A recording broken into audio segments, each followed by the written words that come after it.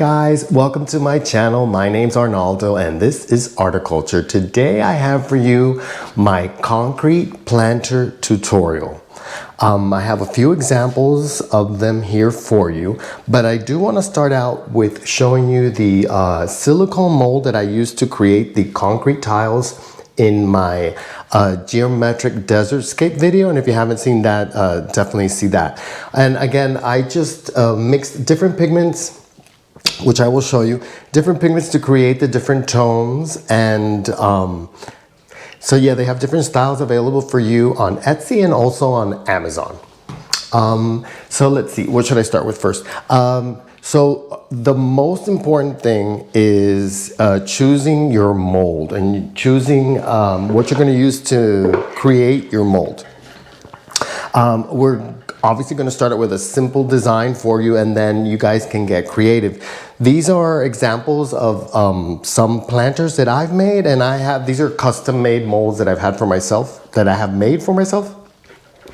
But trust me, just with the regular things that you can find, you can create awesome molds, and they're really super inexpensive. And you can find these at the dollar store, at Home Depot, or any discount stores. And so what you have to find is you have to find two molds that fit into each other, giving you enough space for you to pour the concrete. Preferably not so much space so it's not so thick when you make it. Yeah, so like I was saying, two molds that fit into each other. Again, these are awesome dollar store finds, and this is an example here of from Home Depot. So these are just like little plastic measuring cups. So super important is that it has to be plastic.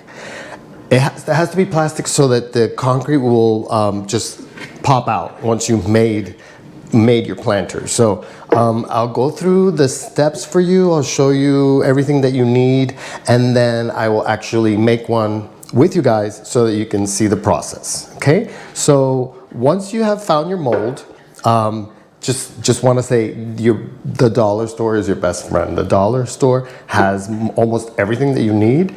Like I've even bought these containers, which are great for holding the pigments, and they have all these different sizes, and also these plastic spoons that they have there are great for mixing, and the dollar store mixing bowls are fantastic. So yeah, that's just to give you an example. Okay, so we'll go through the steps. Once you have your molds, the first thing you have to do is you need to create a drainage hole on the bottom. So depending on the size of the mold that you're using, obviously when you're making the smaller ones, you can use smaller things like the top of a water bottle. They're great. And all you have to do is you have to take a glue gun. You need a glue gun, and you do the glue around your top, and then place it in the center of your mold, and then just press it there and glue it down. Now, these are pro tips. I'm telling you from experience. I've made a couple hundred planters myself, and a lot of times on the tutorials they show you just to put something on the bottom and then try to balance out the next level. But this is definitely the easiest way, and that's why I'm giving you guys these tips to make it easier for you so that, you know, it's not so complicated. So once you have that glued in, what you'll do is then you'll pour concrete up to the level of the top. So depending on which one you use, if you use the bigger one obviously, then to even out, pour the concrete even to the top and let that dry. Once you have that step done, then the next step is going to be really important, is to use an oil. I like to use coconut oil. You can use any kind of oil. I like coconut oil because it's clean. It doesn't really have any smell or anything, and it's easy to work with, and I don't mind it so much when it gets on me and gets on my hands. So what you do is you take a brush and you brush the whole container in the inside. And again, I'll show you the steps when I do it. And the outside of the inside mold. Okay, so once you've done that, You fill the inside portion with weight. You need to weight it down. So rocks are the best choice. Whatever rocks you have, whatever rocks you can find, any like heavy items that you can put inside, and that's gonna hold it in place. Once you've got it, you center it, hold it in place when it's weighed down, and then you're gonna mix your concrete and you're gonna pour it in, and then again, we'll go through all the steps. But I wanted to show you the pigments, that I choose to use. The pigments that I choose to use are natural mineral pigments. I prefer, obviously they're more expensive, but I prefer the natural pigments because the results are really, really beautiful. And you can see examples here of the different pigments. And again, they come in so many beautiful colors. They come in every color that you can imagine. So they are iron oxide being the black, titanium dioxide, meaning being the white, and then all the other variations in between. So all the other colors. And so again, with the pigments, depending on how much you mix into your concrete is depending on how saturated the color is gonna look. So you can put a little bit and you're gonna get a light color, you're gonna put more and you're gonna get a darker color. And what's really, really cool is that you can mix pigments. So you can mix the white and the black, again, any color, the blue and the white, and you're gonna get different tones. So that's how you're gonna get creative, and you're gonna do your own thing, and you're gonna decide what colors, whatever colors you guys like. So also in Home Depot, they sell these like liquid cement colors, and they work pretty well as well. They work pretty well also. So that, okay, so your natural pigments. Again, they're available on Amazon. That's where I've purchased mine. And there's so many to choose from. There's also some mica pigments which are available, and you can definitely try those. So the stripe technique. What we're gonna do today is we're gonna do the stripe technique. And then there's the pouring technique, which when you do the pouring technique, you get this kind of, oh, that's a stripe. You're gonna get this kind of effect where you have the pigment falling into one side and falling into the other side. So what you're gonna do is you're gonna pour your concrete, create your bottom level, let that dry, let it set, then you're gonna do the next level, depending where you want your stripe. So you're gonna pour up to wherever you want the stripe, and you're gonna let that set as well. Then you would be pouring your pigmented concrete to create the stripe, and then you're gonna fill in the rest of the mold to create the top part. So again, you're probably not even understanding what I'm saying, but I will definitely show you on the steps when we create it. So yeah, so again, these are some examples I have here. These are the simple molds. These are the ones that are more rounded with the little legs, and they're just great for all your plants. All my plants have done great in them. I've been using them for a few years. And again, they look awesome. I love them, and I hope that you like them too, and you'll be able to create some designs. So we'll go ahead and move on to the steps, and I'll show you those steps now. Okay guys, so a really important, obviously the most important thing that I didn't even explain to you guys was the concrete that you choose to create your planter. So I'll tell you what I recommend, and because I've had amazing results and they look so much better. You get a much smoother finish with any self-leveling underlayment concrete. So self-leveling underlayment. It's used when they're pouring concrete floors. I think it's the bottom part, and then they do tiling on top of that. But what the reason for that is because the finish comes out much smoother.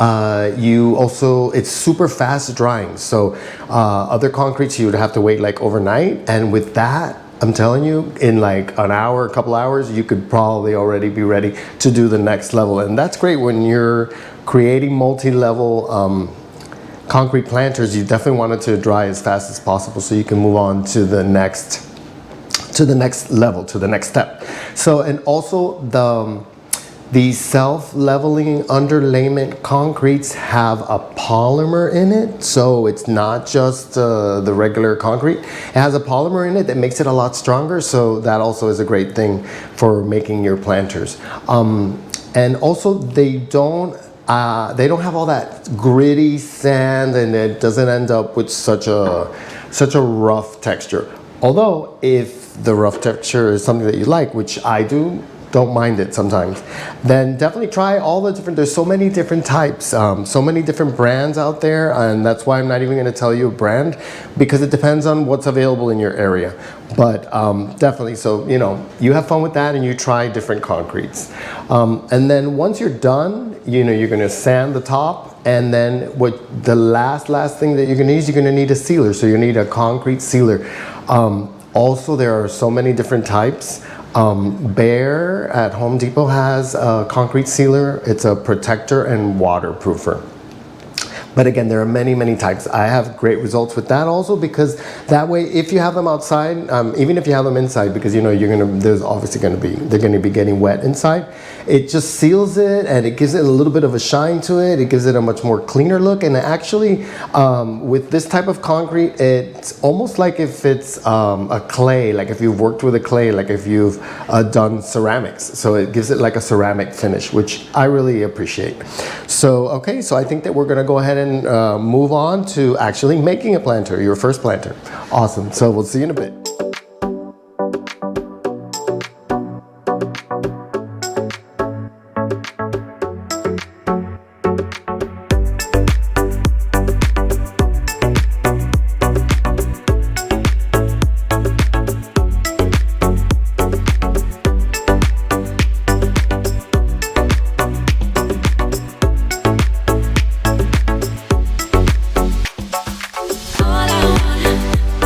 All I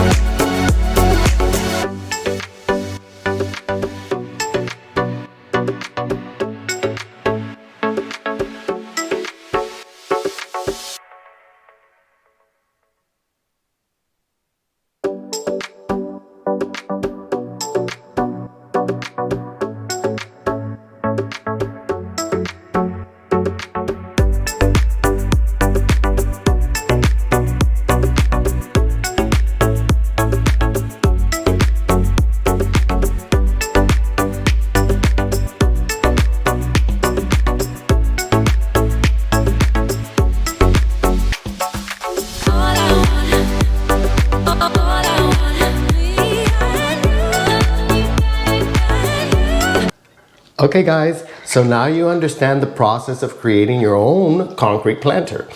Again, if you want to do multi-stripe or come up, obviously come up with your own designs, you pour your concrete to where you want your first line, then pour your pigmented line, then do some more of the regular concrete, then another pigmented line, and then top it off with the regular concrete, and you'll have a multi-stripe effect. And again, you can choose any colors, do them in variations of colors. I like to do that as well. So I want to give you a little pro tip. This is the mesh that's used for connecting the panels of sheetrock, and it's sold at your hardware stores. And it has a like sticky back and it's a mesh. And then these little guys, they're little round mesh pads that are available on Amazon. You get 100 a pack, really inexpensive. And then what you do is you cut a piece of the sticky mesh, you put your little circle, and then you put it at the bottom of your planter, and it sticks right there. And then there you go. So you have your little mesh protector so that the soil won't be coming out of the drainage hole, because the drainage holes usually are pretty big. So I hope that you enjoyed the tutorial and you feel inspired to create your own designs, coming up with your own methods. I look forward to seeing in the comments of how it went for you. It's so exciting for me. It's such a fun process when I'm creating a new concrete planter to pop it out of the mold and see how it turned out. It's like really exciting. For anybody that's interested in one of my planters, I will be creating my Etsy account. So if anybody's interested in purchasing one of my designs, leave a comment below and I will be sharing that link with you guys. So yeah, I hope that you enjoyed the process. Share the video with your friends. Let's get creating. Like, comment, and subscribe. And I will see you in my next episode. Thanks for watching.